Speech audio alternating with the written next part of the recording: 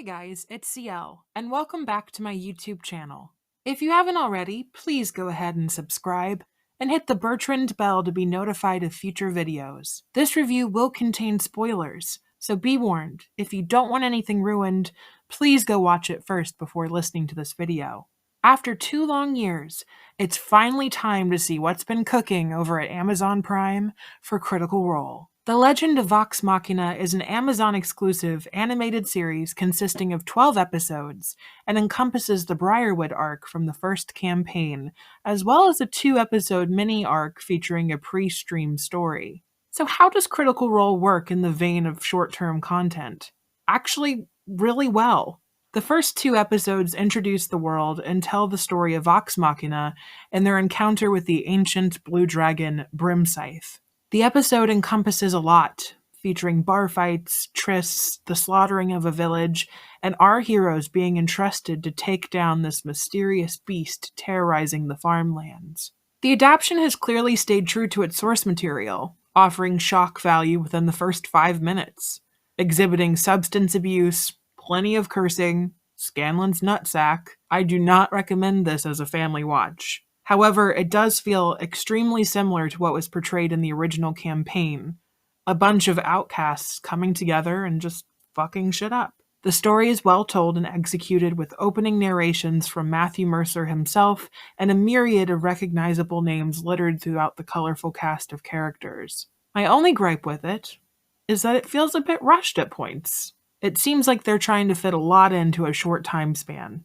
In a scene where Vox Machina stumbles through the wreckage of a village they couldn't save, Vax rushes to the family they had spoken with earlier during reconnaissance. I wish we had had more time with that damaged abode and really delved into the sorrow the group was feeling at the loss of the children that they bonded with. That's what caused them to change their tune to help Iman. I think the show would have worked really well in the vein of Invincible, another Prime property that had 45 minutes per episode rather than the 25 allotted here. Though they do swiftly get through the story, it's still really great.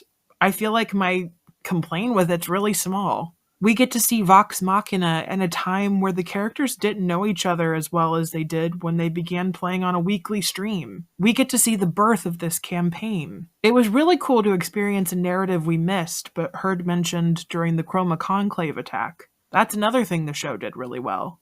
The first 2 episodes are littered with Easter eggs. Not only does it set up the Whitestone arc, but it also hints Thordak and his other chromatics. If we had seen this play out on stream, would we have had more context and prep for the actual attack on Iman? The art design is done so amazingly, the action sequences being some of the most interesting pieces of art I've seen in recent animation. The detail placed into Iman's castle and city proper just elevates what could have been, another fantasy town into an interesting character of its own. You can even peep the Critical Role logo on doors in the background. Character-wise, you get a good idea at who everyone is.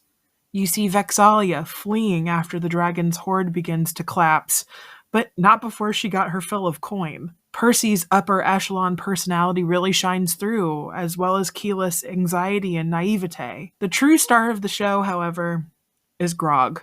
Truly, he is as I imagined him. He has the funniest one-liners, most badass fight sequences, and also knows how to blend into the background as a support character when needed. Obviously, these guys are trained voice professionals, but I do want to say that Liam O'Brien, who plays Vax'ildan, gave an incredible performance, and it really felt like they were sitting at the table again, just heightened. Even Gilmore, who I think we all were a bit wary being played by someone other than Matt Mercer, was well executed and flavorful. I'm excited to see the rest of the series and how these characters will grow and fit into what we know them as now. The second episode even ends on the tease for the Briarwood arc that we're about to see, which is something I know that a lot of fans have been waiting for. Yes, I do wish the scripts had been longer. Yes, I would maybe like to have avoided having the image of Scanlan giving brain being burned behind my eyes for an eternity.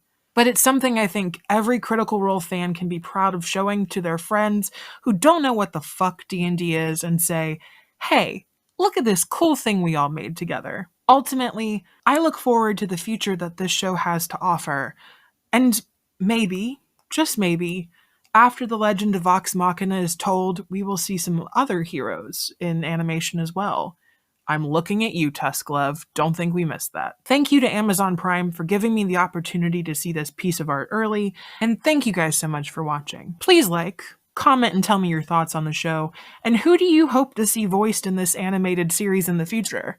Are there any NPCs you want to see in animation? If you're interested in any of my other content, I post weekly Critical Role recap videos every Saturday that tell the story of Campaign 3 of Critical Role. I also have a podcast called A Pilot Podcast, where we review pilot episodes of TV shows. I have a Let's Play channel with my friend Logan called Team Hyperfang. And I have an album out now called Scorpio. It's available on all streaming platforms. Stay safe out there, you guys. Bidet, my friends.